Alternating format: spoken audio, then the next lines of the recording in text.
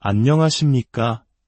오늘 우리는 온전히 살아낸다는 것의 의미에 대해 함께 묵상하는 시간을 갖고자 합니다.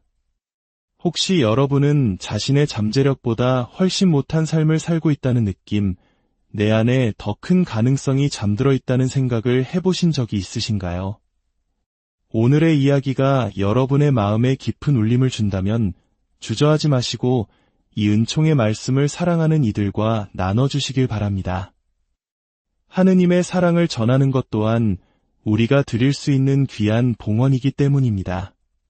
구독을 통해 저희와 계속 함께 하신다면 영혼을 살찌우는 더 많은 이야기들로 여러분을 찾아뵙겠습니다. 이 시간을 통해 여러분 모두에게 주님의 평화가 가득하기를 기도합니다. 이야기를 시작하기에 앞서 한 어린 아이의 일화를 들려드리고 싶습니다. 주일학교를 마치고 집에 돌아온 아들에게 아버지가 물었습니다. 오늘 무얼 배웠니? 아이는 신이 나서 대답했습니다. 모세가 어떻게 이집트 군대를 물리쳤는지 배웠어요. 아버지는 호기심이 생겨 물었죠. 그래. 어떻게 했는지 아빠에게도 알려주렴. 아이는 자랑스럽게 설명했습니다. 모세가 무전기로 공군기지에 연락했어요. 그랬더니 공군에서 공병대를 보내서 바다 위에 거대한 부교를 쫙 설치한 거예요. 이스라엘 백성들이 그 다리를 건너자마자 이번엔 폭격기 편대가 나타나서 이집트 군대가 건너던 부교를 폭파해버렸어요. 그래서 다들 물에 빠져 죽었대요. 아들의 황당한 이야기에 아버지는 눈을 동그랗게 뜨고 물었습니다. 정말 주일학교에서 그렇게 가르쳐 주시더냐? 그러자 아이가 시익 웃으며 말했습니다. 아니요, 그건 아니에요. 하지만 주일학교에서 배운 진짜 이야기를 해드려도 아빠는 어차피 안 믿으실 거잖아요. 그렇습니다. 때로는 우리의 믿음이 세상의 상식으로는 도저히 이해할 수 없는 기적을 이야기합니다. 이 아이의 말처럼 우리의 이성이 기적을 믿지 못하게 가로막을 때가 많습니다. 또 다른 이야기가 있습니다. 제가 한 번은 형통함과 역경이라는 주제로 강론을 한 적이 있습니다. 저는 꽃을 비유로 들었습니다. 어떤 꽃들은 오직 햇살 아래서만 화려하게 피어나지만 어떤 꽃들은 마치 그늘을 즐기기라도 하듯 서늘한 그늘에서만 더욱 생생하게 자라납니다. 아름다운 푸크시아 꽃처럼 말이죠. 강론이 끝난 후 한 부인께서 제게 다가와 이렇게 말했습니다. 주교님, 오늘 강론은 제 인생 최고의 강론이었어요. 태어나서 처음으로 우리 집 푸크시아가 왜 그렇게 시들시들했는지 그 이유를 알게 됐거든요. 네, 때로는 아주 단순한 진리가 우리 삶의 문제에 대한 명쾌한 해답이 되기도 합니다. 오늘 저는 여러분께 더 열심히 일하고 더 깊이 공부하고 더 치열하게 살라고 말씀드리고 싶습니다. 단순히 에너지를 아끼는 삶이 아니라 오히려 자신의 에너지를 아낌없이 소모하고 타인을 위해 더 깊이 생각하는 삶에 대해 이야기하려 합니다. 이야기를 위해 먼저 저의 개인적인 경험 하나를 나눠야겠습니다. 저는 한 번은 미국 배우들의 사교 클럽에서 열린 로스트라는 행사의 주인공이 된 적이 있습니다. 로스트는 한 사람을 무대 위에 세워두고 모든 사람이 돌아가며 그를 놀리고 짓궂은 농담을 던지는 행사입니다. 마치 희생양처럼 말이죠. 그날 배우들은 제가 새로 부임한 로체스터 교구에서의 생활을 주제로 짧은 연극을 꾸몄습니다. 무대 위에는 교구의 총대리 신부님, 제 비서, 그리고 교구의 주요 보직을 맡은 신부님들이 앉아 있었습니다. 그때 교황성하와 놀랍도록 닮은 배우가 무대로 걸어 들어왔습니다. 그는 저를 완전히 무시한 채 총대리 신부님께 다가가 무언가 속삭이고 다른 신부님들과도 귓속말을 나눈 뒤 휙 나가버렸습니다. 저는 어리둥절해서 다른 신부님들께 물었습니다. 교황성하께서 뭐라고 하셨습니까? 그들이 대답했습니다. 더 열심히 일하게 바로 그 말씀입니다. 더 열심히 일하게 오늘 제가 여러분께 전하고 싶은 메시지입니다. 우리 대부분은 자신이 가진 에너지의 수위보다 한참 낮은 곳에서 살아갑니다. 진정으로 행복해지기 위해서 우리는 지금보다 더 많은 것을 해야 합니다. 영적으로나 다른 모든 면에서나 말입니다. 우리가 상상하는 것보다 더 큰 힘을 낼 수 있다는 사실은 최면술 실험에서도 증명되었습니다. 한 그룹의 남성들에게 최면을 건 뒤 그들의 힘이 평소보다 훨씬 더 강해졌다고 암시했습니다.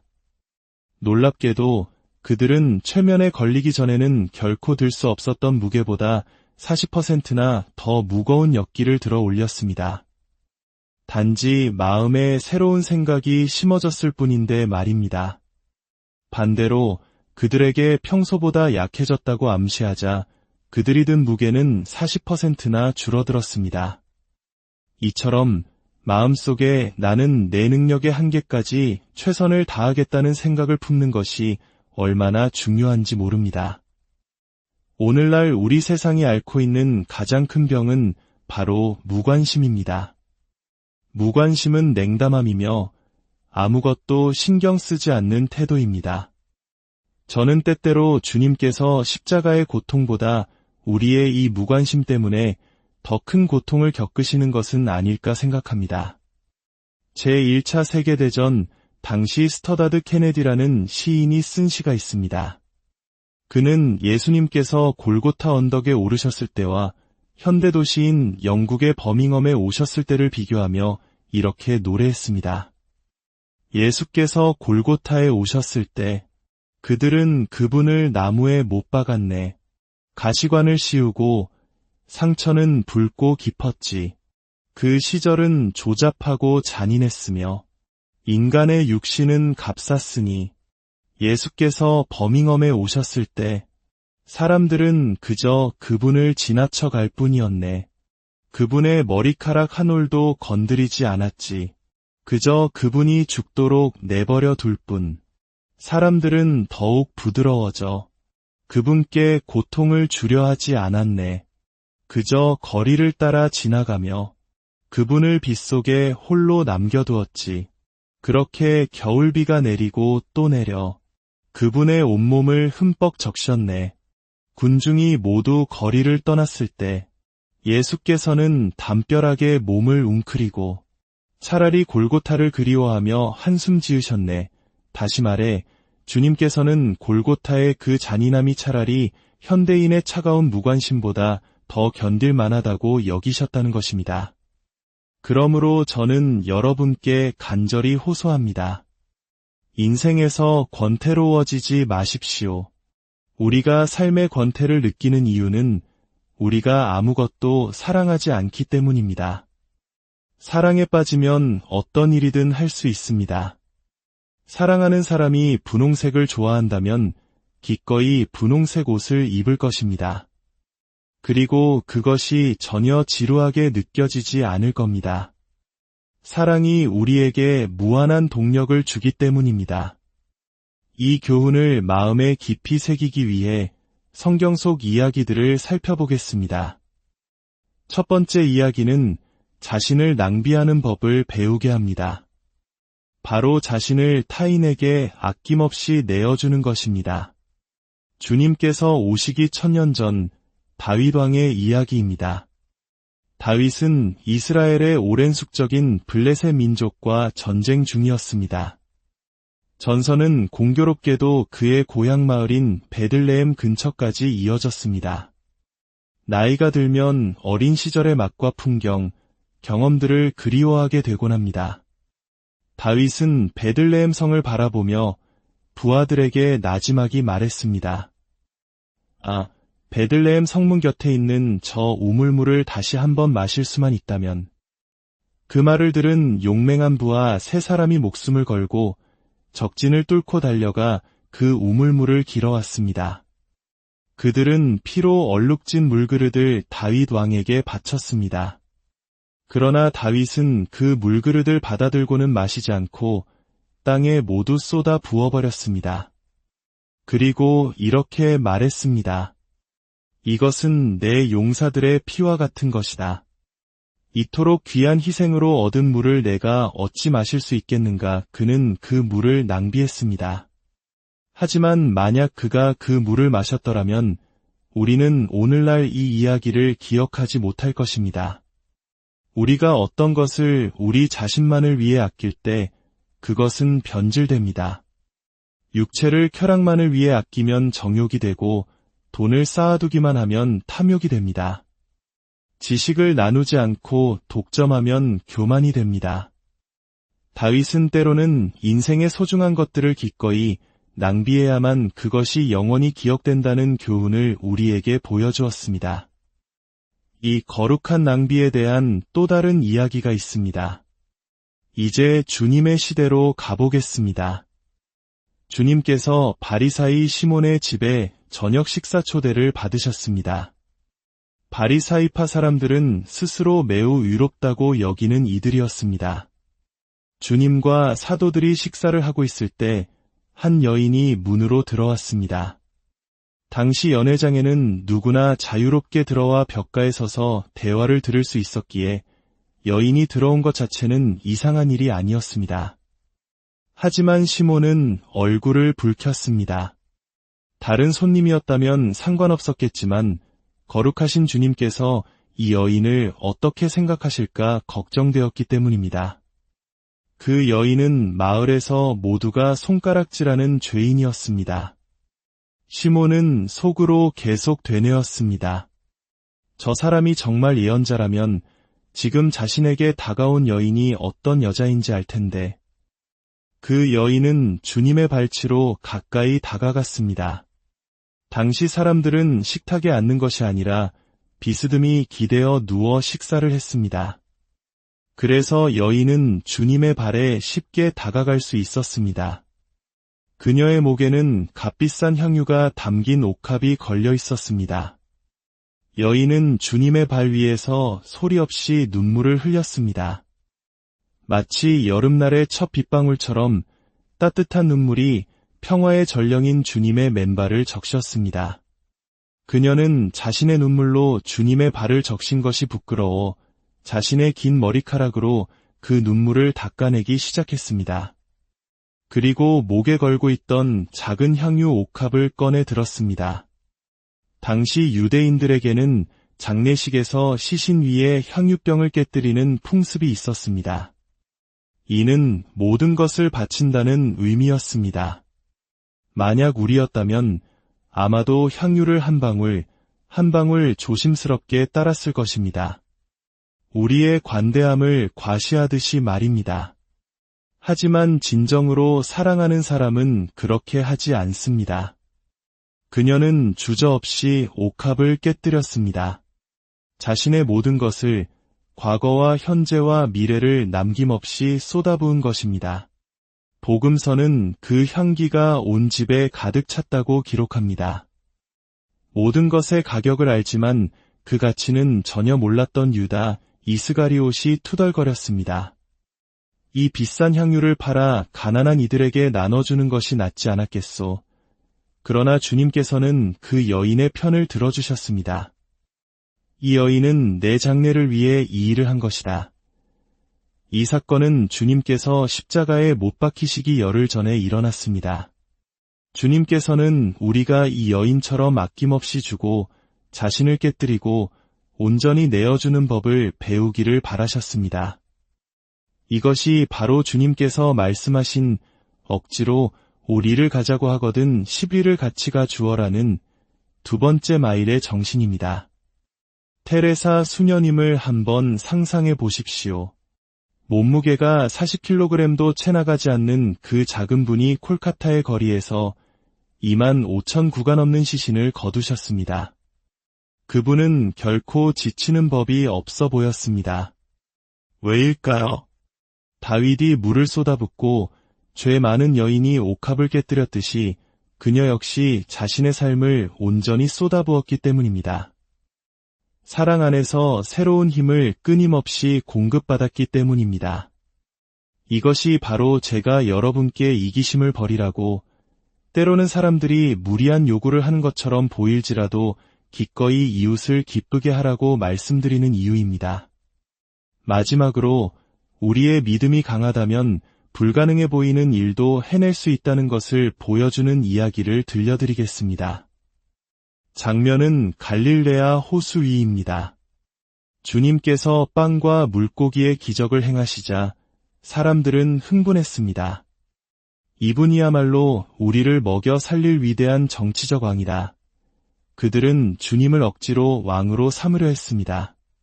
주님께서는 당신의 나라가 정치적인 것이 아님을 아셨기에 제자들에게 말씀하셨습니다. 배를 타고 호수 저편으로 먼저 건너가 있거라. 그리고 당신은 홀로 기도하러 산으로 올라가셨습니다. 제자들이 자정이 넘도록 호수 한가운데서 노를 젓고 있을 때 거센 풍랑이 일었습니다. 그들은 두려움에 떨었습니다. 우리는 시련과 어려움 속에서 주님께서 우리를 잊으셨다고 생각할 때가 많습니다. 제자들도 그랬을 것입니다. 하지만 주님께서는 산 위에서 그들을 지켜보며 기도하고 계셨습니다. 제자들이 절망에 빠지려 할 때 주님께서 물 위를 걸어 그들에게 다가오셨습니다. 제자들은 겁에 질려 유령이다 라고 소리쳤습니다. 주님께서 말씀하셨습니다. 나다. 두려워하지 마라. 바로 그 순간 위대한 믿음의 행위가 일어납니다. 베드로는 주님을 너무나 사랑했습니다. 그는 주님께서 배에 도착할 때까지 기다릴 수 없었습니다. 그는 외쳤습니다. 주님, 주님이시라면 저더러 물 위를 걸어오라고 명령하십시오. 상상해 보십시오. 베드로가 물 위로 발을 내디디려는 그 순간 배 안에서는 어떤 일이 벌어졌을까요? 그의 형제 안드레아는 틀림없이 베드로, 자네 또 바보 같은 짓을 하는군 이라고 소리쳤을 겁니다. 의심 많은 토마스는 지금 서커스에라도 입단할 셈인가 라고 비웃었을지 모릅니다. 그러나 베드로는 걸었습니다. 그는 물 위를 걸었습니다. 어떻게 그럴 수 있었을까요? 그것이 어리석은 행동이었을까요? 아닙니다. 주님께서 오너라고 말씀하셨기 때문입니다. 불가능한 것을 믿어라. 그러면 믿을 수 없는 일을 해낼 수 있을 것이다. 베드로는 걸었습니다. 그러나 이내 물에 빠지기 시작했습니다.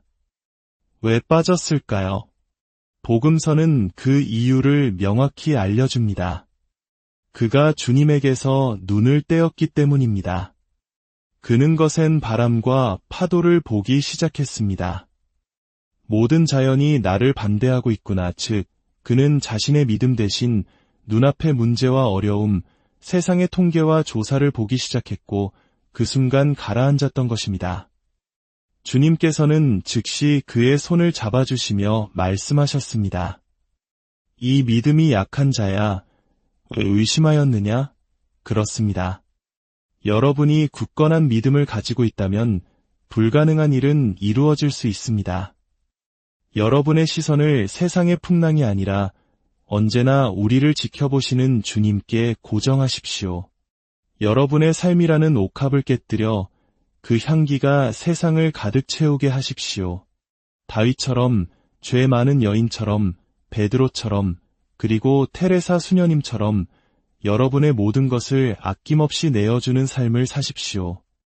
그럴 때 우리는 결코 지치지 않는 샘솟는 에너지와 기쁨으로 충만한 삶을 살게 될 것입니다. 주님의 은총이 여러분 안녕하십니까? 오늘 우리는 온전히 살아낸다는 것의 의미에 대해 함께 묵상하는 시간을 갖고자 합니다. 혹시 여러분은 자신의 잠재력보다 훨씬 못한 삶을 살고 있다는 느낌, 내 안에 더 큰 가능성이 잠들어 있다는 생각을 해보신 적이 있으신가요? 오늘의 이야기가 여러분의 마음에 깊은 울림을 준다면 주저하지 마시고 이 은총의 말씀을 사랑하는 이들과 나눠주시길 바랍니다. 하느님의 사랑을 전하는 것 또한 우리가 드릴 수 있는 귀한 봉헌이기 때문입니다. 구독을 통해 저희와 계속 함께 하신다면 영혼을 살찌우는 더 많은 이야기들로 여러분을 찾아뵙겠습니다. 이 시간을 통해 여러분 모두에게 주님의 평화가 가득하기를 기도합니다. 이야기를 시작하기에 앞서 한 어린 아이의 일화를 들려드리고 싶습니다. 주일학교를 마치고 집에 돌아온 아들에게 아버지가 물었습니다. 오늘 무얼 배웠니? 아이는 신이 나서 대답했습니다. 모세가 어떻게 이집트 군대를 물리쳤는지 배웠어요. 아버지는 호기심이 생겨 물었죠. 그래. 어떻게 했는지 아빠에게도 알려주렴. 아이는 자랑스럽게 설명했습니다. 모세가 무전기로 공군기지에 연락했어요. 그랬더니 공군에서 공병대를 보내서 바다 위에 거대한 부교를 쫙 설치한 거예요.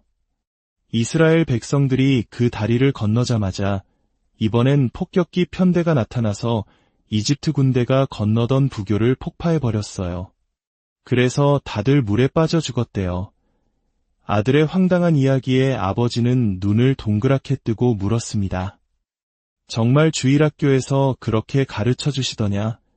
그러자 아이가 시익 웃으며 말했습니다. 아니요, 그건 아니에요. 하지만 주일학교에서 배운 진짜 이야기를 해드려도 아빠는 어차피 안 믿으실 거잖아요. 그렇습니다. 때로는 우리의 믿음이 세상의 상식으로는 도저히 이해할 수 없는 기적을 이야기합니다. 이 아이의 말처럼 우리의 이성이 기적을 믿지 못하게 가로막을 때가 많습니다. 또 다른 이야기가 있습니다. 제가 한 번은 형통함과 역경이라는 주제로 강론을 한 적이 있습니다. 저는 꽃을 비유로 들었습니다. 어떤 꽃들은 오직 햇살 아래서만 화려하게 피어나지만 어떤 꽃들은 마치 그늘을 즐기기라도 하듯 서늘한 그늘에서만 더욱 생생하게 자라납니다. 아름다운 푸크시아 꽃처럼 말이죠. 강론이 끝난 후 한 부인께서 제게 다가와 이렇게 말했습니다. 주교님, 오늘 강론은 제 인생 최고의 강론이었어요. 태어나서 처음으로 우리 집 푸크시아가 왜 그렇게 시들시들했는지 그 이유를 알게 됐거든요. 네, 때로는 아주 단순한 진리가 우리 삶의 문제에 대한 명쾌한 해답이 되기도 합니다. 오늘 저는 여러분께 더 열심히 일하고 더 깊이 공부하고 더 치열하게 살라고 말씀드리고 싶습니다. 단순히 에너지를 아끼는 삶이 아니라 오히려 자신의 에너지를 아낌없이 소모하고 타인을 위해 더 깊이 생각하는 삶에 대해 이야기하려 합니다.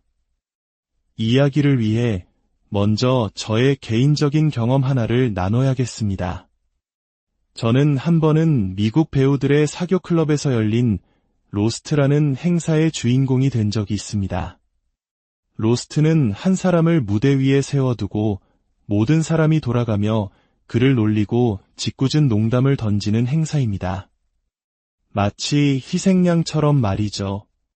그날 배우들은 제가 새로 부임한 로체스터 교구에서의 생활을 주제로 짧은 연극을 꾸몄습니다. 무대 위에는 교구의 총대리 신부님, 제 비서, 그리고 교구의 주요 보직을 맡은 신부님들이 앉아 있었습니다. 그때 교황성하와 놀랍도록 닮은 배우가 무대로 걸어 들어왔습니다. 그는 저를 완전히 무시한 채 총대리 신부님께 다가가 무언가 속삭이고 다른 신부님들과도 귓속말을 나눈 뒤 휙 나가버렸습니다. 저는 어리둥절해서 다른 신부님들께 물었습니다. 교황성하께서 뭐라고 하셨습니까? 그들이 대답했습니다. 더 열심히 일하게, 바로 그 말씀입니다. 더 열심히 일하게, 오늘 제가 여러분께 전하고 싶은 메시지입니다. 우리 대부분은 자신이 가진 에너지의 수위보다 한참 낮은 곳에서 살아갑니다. 진정으로 행복해지기 위해서 우리는 지금보다 더 많은 것을 해야 합니다. 영적으로나 다른 모든 면에서나 말입니다. 우리가 상상하는 것보다 더 큰 힘을 낼 수 있다는 사실은 최면술 실험에서도 증명되었습니다. 한 그룹의 남성들에게 최면을 건 뒤 그들의 힘이 평소보다 훨씬 더 강해졌다고 암시했습니다. 놀랍게도 그들은 최면에 걸리기 전에는 결코 들 수 없었던 무게보다 40%나 더 무거운 역기를 들어 올렸습니다. 단지 마음에 새로운 생각이 심어졌을 뿐인데 말입니다. 반대로 그들에게 평소보다 약해졌다고 암시하자 그들이 든 무게는 40%나 줄어들었습니다. 이처럼 마음속에 나는 내 능력의 한계까지 최선을 다하겠다는 생각을 품는 것이 얼마나 중요한지 모릅니다. 오늘날 우리 세상이 앓고 있는 가장 큰 병은 바로 무관심입니다. 무관심은 냉담함이며 아무것도 신경 쓰지 않는 태도입니다. 저는 때때로 주님께서 십자가의 고통보다 우리의 이 무관심 때문에 더 큰 고통을 겪으시는 것은 아닐까 생각합니다. 제1차 세계대전 당시 스터다드 케네디라는 시인이 쓴 시가 있습니다.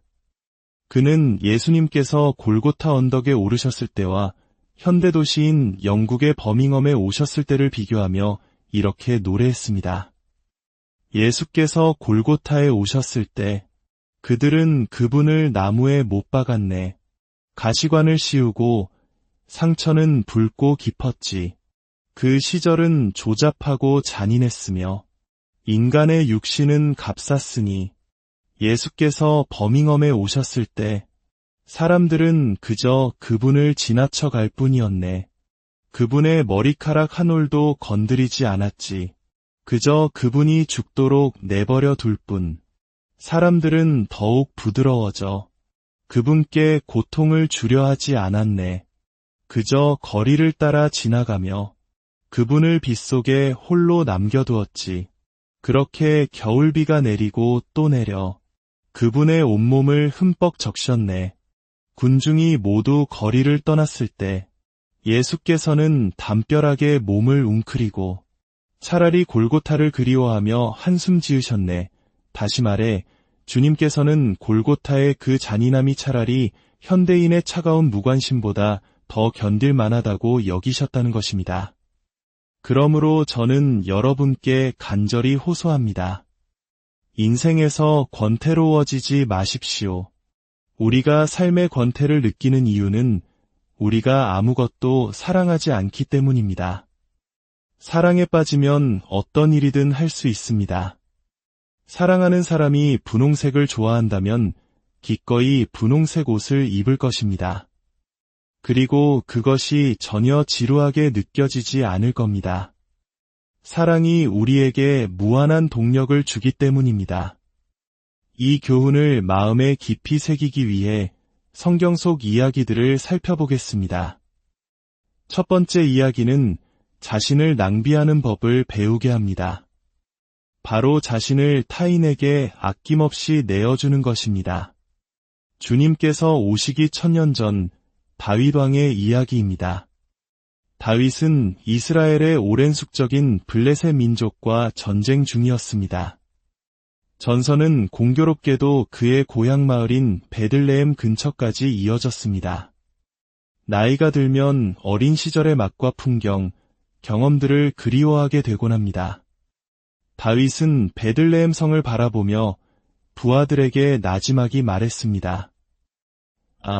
베들레헴 성문 곁에 있는 저 우물물을 다시 한번 마실 수만 있다면.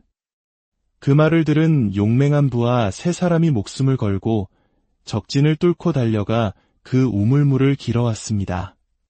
그들은 피로 얼룩진 물그릇을 다윗 왕에게 바쳤습니다. 그러나 다윗은 그 물그릇을 받아들고는 마시지 않고 땅에 모두 쏟아 부어버렸습니다. 그리고 이렇게 말했습니다. 이것은 내 용사들의 피와 같은 것이다. 이토록 귀한 희생으로 얻은 물을 내가 어찌 마실 수 있겠는가. 그는 그 물을 낭비했습니다. 하지만 만약 그가 그 물을 마셨더라면 우리는 오늘날 이 이야기를 기억하지 못할 것입니다. 우리가 어떤 것을 우리 자신만을 위해 아낄 때 그것은 변질됩니다. 육체를 쾌락만을 위해 아끼면 정욕이 되고 돈을 쌓아두기만 하면 탐욕이 됩니다. 지식을 나누지 않고 독점하면 교만이 됩니다. 다윗은 때로는 인생의 소중한 것들을 기꺼이 낭비해야만 그것이 영원히 기억된다는 교훈을 우리에게 보여주었습니다. 이 거룩한 낭비에 대한 또 다른 이야기가 있습니다. 이제 주님의 시대로 가보겠습니다. 주님께서 바리사이 시몬의 집에 저녁 식사 초대를 받으셨습니다. 바리사이파 사람들은 스스로 매우 의롭다고 여기는 이들이었습니다. 주님과 사도들이 식사를 하고 있을 때 한 여인이 문으로 들어왔습니다. 당시 연회장에는 누구나 자유롭게 들어와 벽가에 서서 대화를 들을 수 있었기에 여인이 들어온 것 자체는 이상한 일이 아니었습니다. 하지만 시몬은 얼굴을 붉혔습니다. 다른 손님이었다면 상관없었겠지만 거룩하신 주님께서 이 여인을 어떻게 생각하실까 걱정되었기 때문입니다. 그 여인은 마을에서 모두가 손가락질하는 죄인이었습니다. 시몬은 속으로 계속 되뇌었습니다. 저 사람이 정말 예언자라면 지금 자신에게 다가온 여인이 어떤 여자인지 알 텐데. 그 여인은 주님의 발치로 가까이 다가갔습니다. 당시 사람들은 식탁에 앉는 것이 아니라 비스듬히 기대어 누워 식사를 했습니다. 그래서 여인은 주님의 발에 쉽게 다가갈 수 있었습니다. 그녀의 목에는 값비싼 향유가 담긴 옥합이 걸려 있었습니다. 여인은 주님의 발 위에서 소리 없이 눈물을 흘렸습니다. 마치 여름날의 첫 빗방울처럼 따뜻한 눈물이 평화의 전령인 주님의 맨발을 적셨습니다. 그녀는 자신의 눈물로 주님의 발을 적신 것이 부끄러워 자신의 긴 머리카락으로 그 눈물을 닦아내기 시작했습니다. 그리고 목에 걸고 있던 작은 향유 옥합을 꺼내 들었습니다. 당시 유대인들에게는 장례식에서 시신 위에 향유병을 깨뜨리는 풍습이 있었습니다. 이는 모든 것을 바친다는 의미였습니다. 만약 우리였다면 아마도 향유를 한 방울 조심스럽게 따랐을 것입니다. 우리의 관대함을 과시하듯이 말입니다. 하지만 진정으로 사랑하는 사람은 그렇게 하지 않습니다. 그녀는 주저없이 옥합을 깨뜨렸습니다. 자신의 모든 것을, 과거와 현재와 미래를 남김없이 쏟아부은 것입니다. 복음서는 그 향기가 온 집에 가득 찼다고 기록합니다. 모든 것의 가격을 알지만 그 가치는 전혀 몰랐던 유다 이스가리옷이 투덜거렸습니다. 이 비싼 향유를 팔아 가난한 이들에게 나눠주는 것이 낫지 않았겠소. 그러나 주님께서는 그 여인의 편을 들어주셨습니다. 이 여인은 내 장례를 위해 이 일을 한 것이다. 이 사건은 주님께서 십자가에 못 박히시기 열흘 전에 일어났습니다. 주님께서는 우리가 이 여인처럼 아낌없이 주고 자신을 깨뜨리고 온전히 내어주는 법을 배우기를 바라셨습니다. 이것이 바로 주님께서 말씀하신 억지로 오리를 가자고 하거든 10리를 같이 가 주어라는 두 번째 마일의 정신입니다. 테레사 수녀님을 한번 상상해 보십시오. 몸무게가 40kg도 채 나가지 않는 그 작은 분이 콜카타의 거리에서 25,000구가 넘는 시신을 거두셨습니다. 그분은 결코 지치는 법이 없어 보였습니다. 왜일까요? 다윗이 물을 쏟아붓고 죄 많은 여인이 옥합을 깨뜨렸듯이 그녀 역시 자신의 삶을 온전히 쏟아부었기 때문입니다. 사랑 안에서 새로운 힘을 끊임없이 공급받았기 때문입니다. 이것이 바로 제가 여러분께 이기심을 버리라고, 때로는 사람들이 무리한 요구를 하는 것처럼 보일지라도 기꺼이 이웃을 기쁘게 하라고 말씀드리는 이유입니다.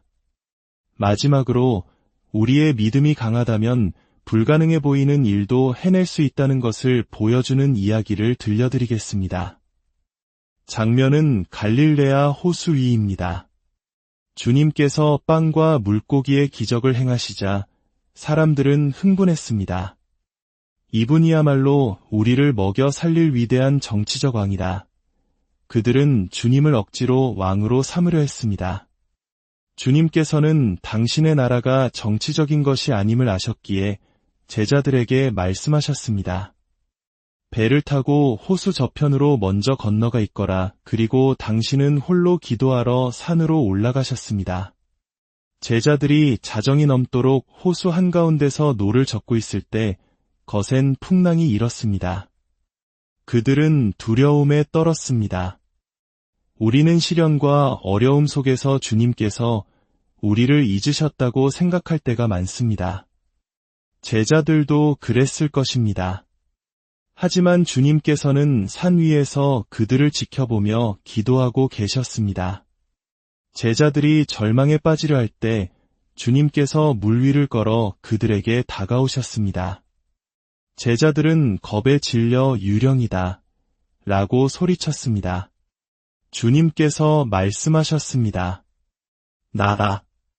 두려워하지 마라. 바로 그 순간 위대한 믿음의 행위가 일어납니다. 베드로는 주님을 너무나 사랑했습니다. 그는 주님께서 배에 도착할 때까지 기다릴 수 없었습니다. 그는 외쳤습니다. 주님, 주님이시라면 저더러 물 위를 걸어오라고 명령하십시오. 상상해 보십시오.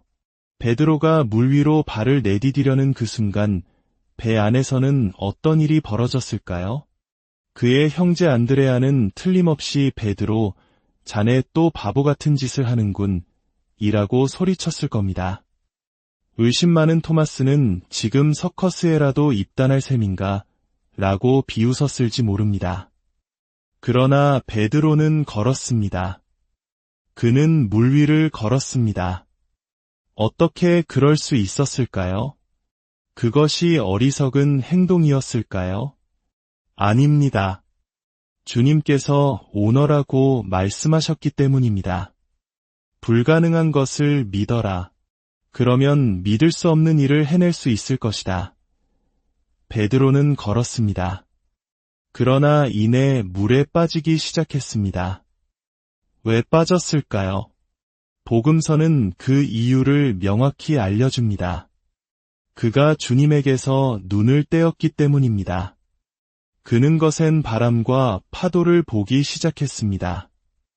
모든 자연이 나를 반대하고 있구나. 즉, 그는 자신의 믿음 대신 눈앞의 문제와 어려움, 세상의 통계와 조사를 보기 시작했고 그 순간 가라앉았던 것입니다. 주님께서는 즉시 그의 손을 잡아주시며 말씀하셨습니다.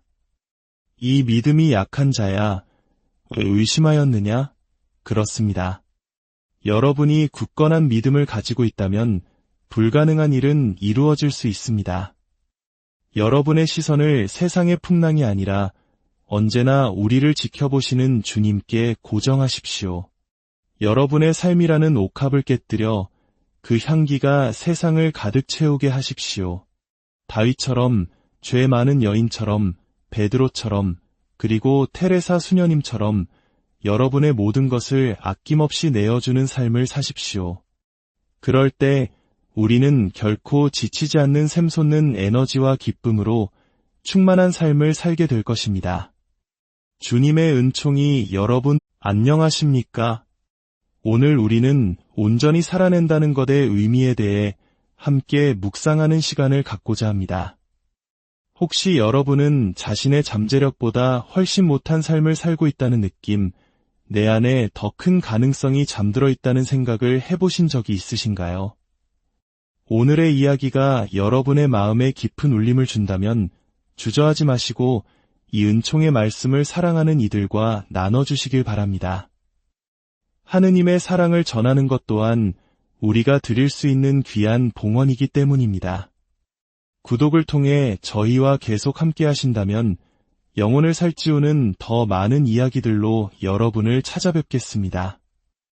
이 시간을 통해 여러분 모두에게 주님의 평화가 가득하기를 기도합니다. 이야기를 시작하기에 앞서 한 어린 아이의 일화를 들려드리고 싶습니다. 주일학교를 마치고 집에 돌아온 아들에게 아버지가 물었습니다. 오늘 무얼 배웠니? 아이는 신이 나서 대답했습니다. 모세가 어떻게 이집트 군대를 물리쳤는지 배웠어요. 아버지는 호기심이 생겨 물었죠. 그래. 어떻게 했는지 아빠에게도 알려주렴. 아이는 자랑스럽게 설명했습니다. 모세가 무전기로 공군 기지에 연락했어요. 그랬더니 공군에서 공병대를 보내서 바다 위에 거대한 부교를 쫙 설치한 거예요. 이스라엘 백성들이 그 다리를 건너자마자 이번엔 폭격기 편대가 나타나서 이집트 군대가 건너던 부교를 폭파해버렸어요. 그래서 다들 물에 빠져 죽었대요. 아들의 황당한 이야기에 아버지는 눈을 동그랗게 뜨고 물었습니다. 정말 주일학교에서 그렇게 가르쳐 주시더냐? 그러자 아이가 시익 웃으며 말했습니다. 아니요, 그건 아니에요. 하지만 주일학교에서 배운 진짜 이야기를 해드려도 아빠는 어차피 안 믿으실 거잖아요. 그렇습니다. 때로는 우리의 믿음이 세상의 상식으로는 도저히 이해할 수 없는 기적을 이야기합니다. 이 아이의 말처럼 우리의 이성이 기적을 믿지 못하게 가로막을 때가 많습니다. 또 다른 이야기가 있습니다. 제가 한 번은 형통함과 역경이라는 주제로 강론을 한 적이 있습니다. 저는 꽃을 비유로 들었습니다. 어떤 꽃들은 오직 햇살 아래서만 화려하게 피어나지만 어떤 꽃들은 마치 그늘을 즐기기라도 하듯 서늘한 그늘에서만 더욱 생생하게 자라납니다. 아름다운 푸크시아 꽃처럼 말이죠. 강론이 끝난 후 한 부인께서 제게 다가와 이렇게 말했습니다. 주교님, 오늘 강론은 제 인생 최고의 강론이었어요. 태어나서 처음으로 우리 집 푸크시아가 왜 그렇게 시들시들했는지 그 이유를 알게 됐거든요. 네, 때로는 아주 단순한 진리가 우리 삶의 문제에 대한 명쾌한 해답이 되기도 합니다. 오늘 저는 여러분께 더 열심히 일하고 더 깊이 공부하고 더 치열하게 살라고 말씀드리고 싶습니다. 단순히 에너지를 아끼는 삶이 아니라 오히려 자신의 에너지를 아낌없이 소모하고 타인을 위해 더 깊이 생각하는 삶에 대해 이야기하려 합니다. 이야기를 위해 먼저 저의 개인적인 경험 하나를 나눠야겠습니다. 저는 한 번은 미국 배우들의 사교 클럽에서 열린 로스트라는 행사의 주인공이 된 적이 있습니다. 로스트는 한 사람을 무대 위에 세워두고 모든 사람이 돌아가며 그를 놀리고 짓궂은 농담을 던지는 행사입니다. 마치 희생양처럼 말이죠. 그날 배우들은 제가 새로 부임한 로체스터 교구에서의 생활을 주제로 짧은 연극을 꾸몄습니다. 무대 위에는 교구의 총대리 신부님, 제 비서, 그리고 교구의 주요 보직을 맡은 신부님들이 앉아 있었습니다. 그때 교황성하와 놀랍도록 닮은 배우가 무대로 걸어 들어왔습니다. 그는 저를 완전히 무시한 채 총대리 신부님께 다가가 무언가 속삭이고 다른 신부님들과도 귓속말을 나눈 뒤 휙 나가버렸습니다. 저는 어리둥절해서 다른 신부님들께 물었습니다. 교황성하께서 뭐라고 하셨습니까? 그들이 대답했습니다. 더 열심히 일하게, 바로 그 말씀입니다. 더 열심히 일하게, 오늘 제가 여러분께 전하고 싶은 메시지입니다. 우리 대부분은 자신이 가진 에너지의 수위보다 한참 낮은 곳에서 살아갑니다. 진정으로 행복해지기 위해서 우리는 지금보다 더 많은 것을 해야 합니다. 영적으로나 다른 모든 면에서나 말입니다. 우리가 상상하는 것보다 더 큰 힘을 낼 수 있다는 사실은 최면술 실험에서도 증명되었습니다. 한 그룹의 남성들에게 최면을 건 뒤 그들의 힘이 평소보다 훨씬 더 강해졌다고 암시했습니다. 놀랍게도 그들은 최면에 걸리기 전에는 결코 들 수 없었던 무게보다 40%나 더 무거운 역기를 들어 올렸습니다.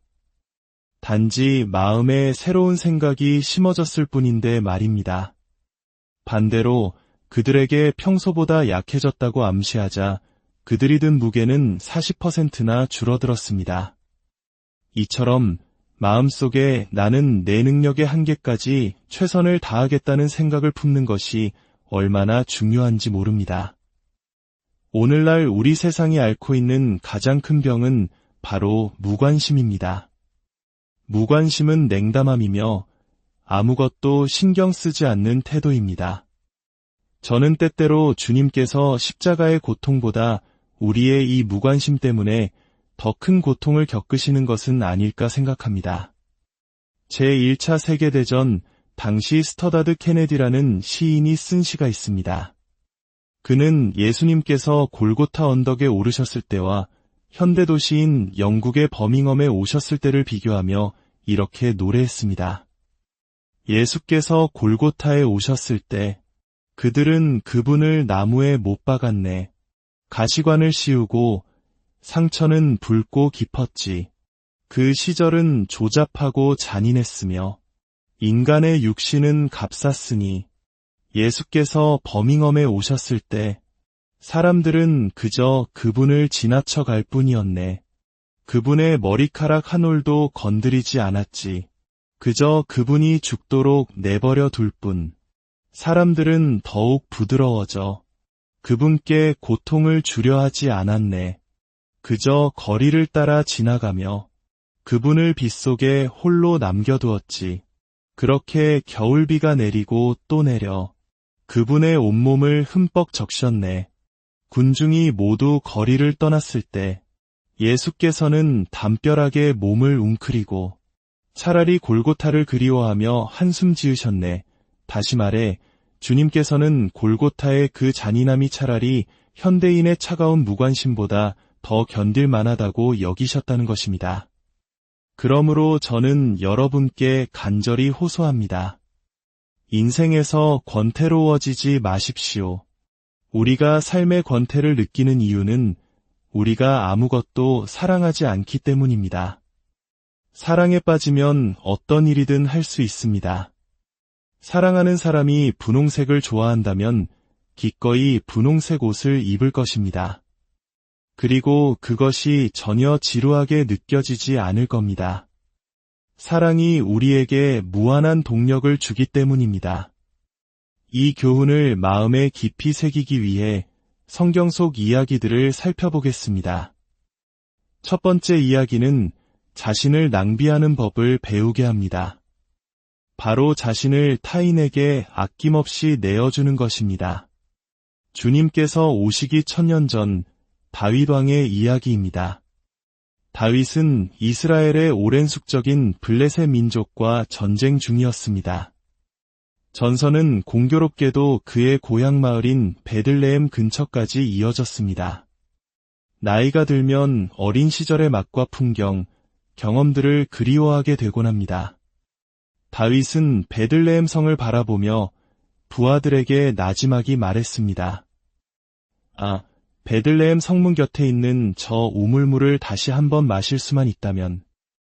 그 말을 들은 용맹한 부하 3사람이 목숨을 걸고 적진을 뚫고 달려가 그 우물물을 길어왔습니다.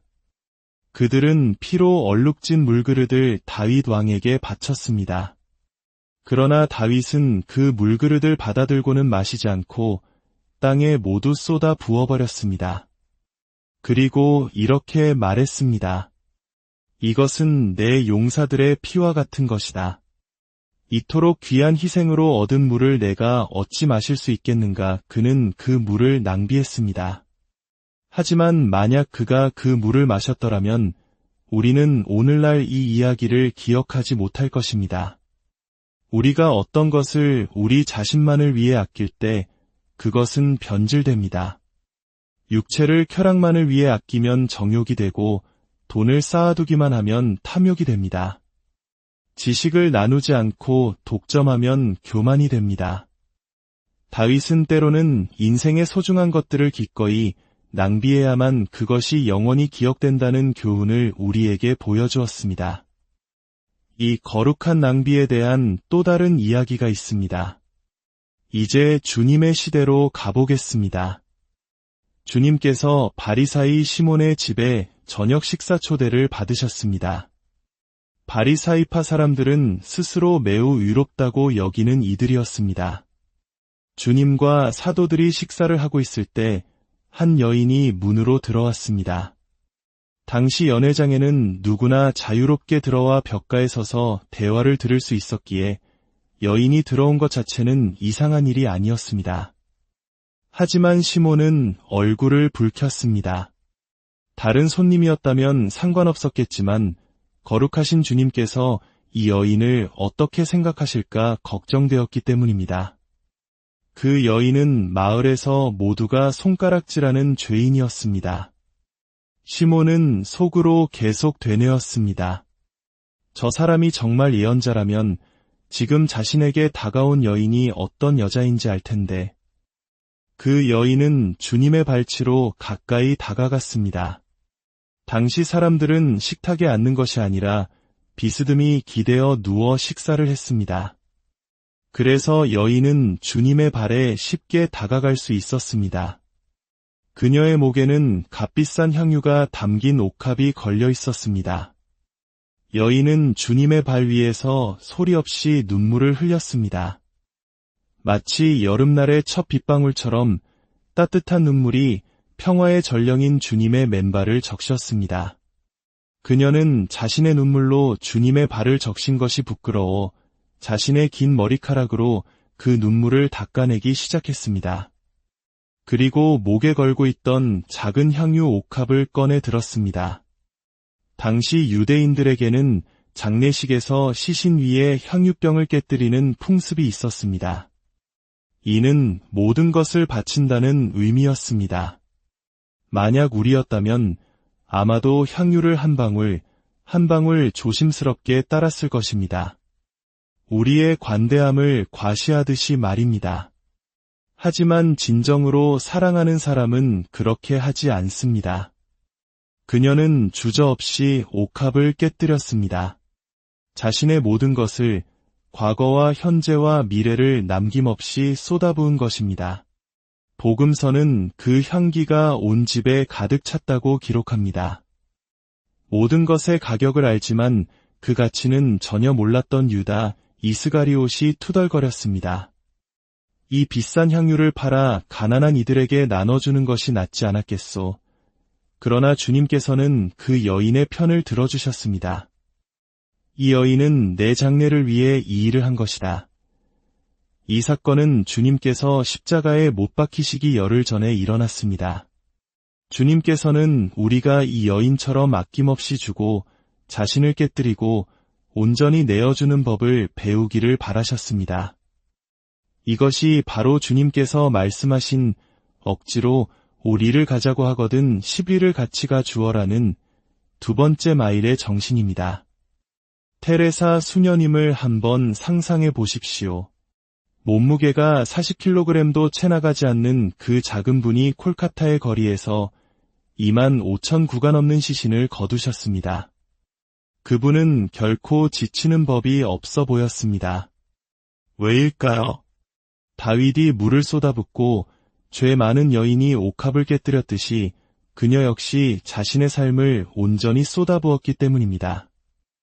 사랑 안에서 새로운 힘을 끊임없이 공급받았기 때문입니다. 이것이 바로 제가 여러분께 이기심을 버리라고, 때로는 사람들이 무리한 요구를 하는 것처럼 보일지라도 기꺼이 이웃을 기쁘게 하라고 말씀드리는 이유입니다.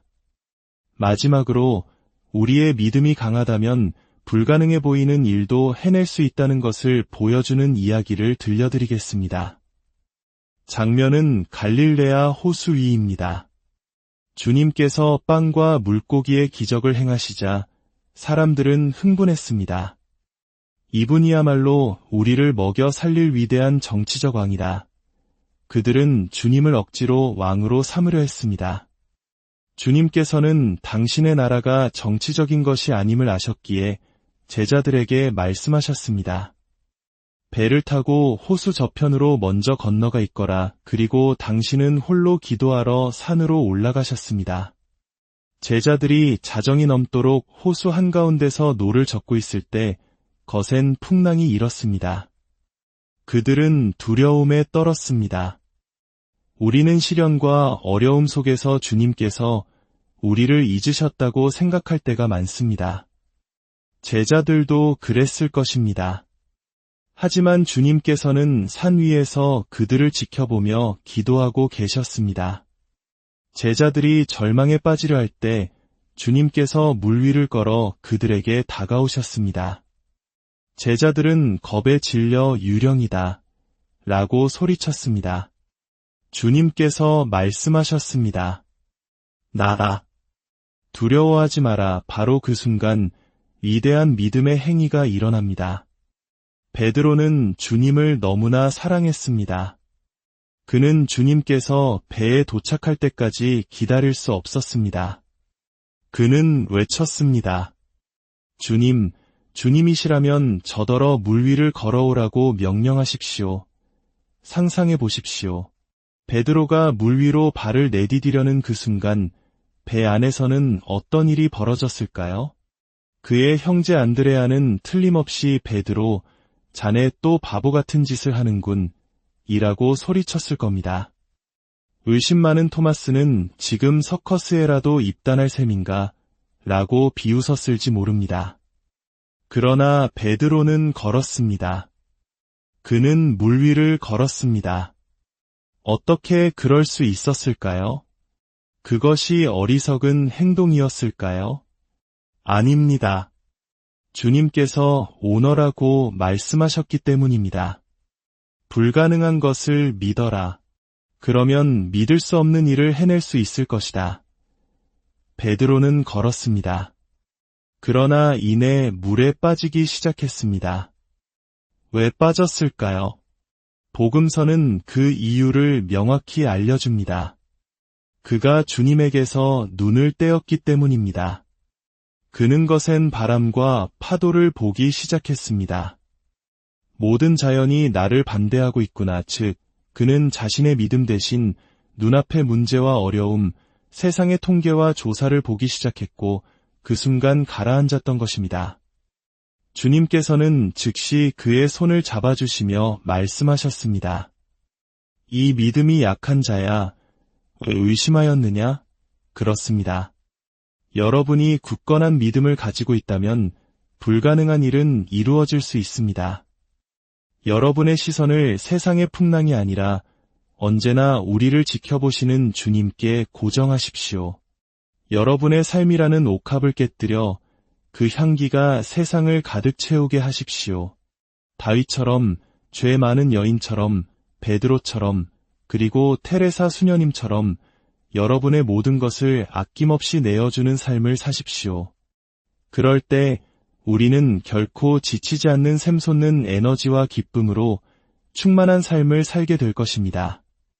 주님의 은총이 여러분 안녕하십니까? 오늘 우리는 온전히 살아낸다는 것의 의미에 대해 함께 묵상하는 시간을 갖고자 합니다. 혹시 여러분은 자신의 잠재력보다 훨씬 못한 삶을 살고 있다는 느낌, 내 안에 더 큰 가능성이 잠들어 있다는 생각을 해보신 적이 있으신가요? 오늘의 이야기가 여러분의 마음에 깊은 울림을 준다면 주저하지 마시고 이 은총의 말씀을 사랑하는 이들과 나눠주시길 바랍니다. 하느님의 사랑을 전하는 것 또한 우리가 드릴 수 있는 귀한 봉헌이기 때문입니다. 구독을 통해 저희와 계속 함께 하신다면 영혼을 살찌우는 더 많은 이야기들로 여러분을 찾아뵙겠습니다. 이 시간을 통해 여러분 모두에게 주님의 평화가 가득하기를 기도합니다. 이야기를 시작하기에 앞서 한 어린 아이의 일화를 들려드리고 싶습니다. 주일학교를 마치고 집에 돌아온 아들에게 아버지가 물었습니다. 오늘 무얼 배웠니? 아이는 신이 나서 대답했습니다. 모세가 어떻게 이집트 군대를 물리쳤는지 배웠어요. 아버지는 호기심이 생겨 물었죠. 그래. 어떻게 했는지 아빠에게도 알려주렴. 아이는 자랑스럽게 설명했습니다. 모세가 무전기로 공군 기지에 연락했어요. 그랬더니 공군에서 공병대를 보내서 바다 위에 거대한 부교를 쫙 설치한 거예요. 이스라엘 백성들이 그 다리를 건너자마자 이번엔 폭격기 편대가 나타나서 이집트 군대가 건너던 부교를 폭파해버렸어요. 그래서 다들 물에 빠져 죽었대요. 아들의 황당한 이야기에 아버지는 눈을 동그랗게 뜨고 물었습니다. 정말 주일학교에서 그렇게 가르쳐 주시더냐? 그러자 아이가 시익 웃으며 말했습니다. 아니요, 그건 아니에요. 하지만 주일학교에서 배운 진짜 이야기를 해드려도 아빠는 어차피 안 믿으실 거잖아요.